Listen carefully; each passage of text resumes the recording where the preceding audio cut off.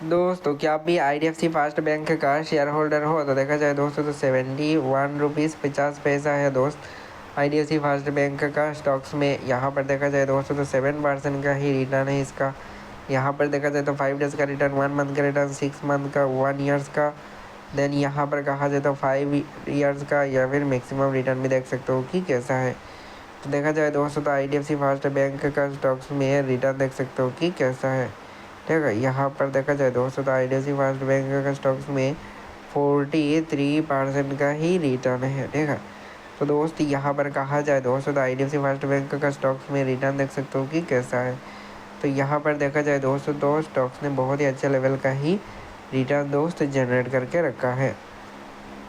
और भी दोस्त बहुत सारा स्टॉक्स का हमने वीडियो चैनल पर डाल के रखा है, तो जाके उन वीडियोस को भी देखो। देन दोस्त आप डिसाइड कर सकते हो कि किस में एंट्री लेना है और किस में नहीं। तो दोस्त फिलहाल आज के लिए इतना ही।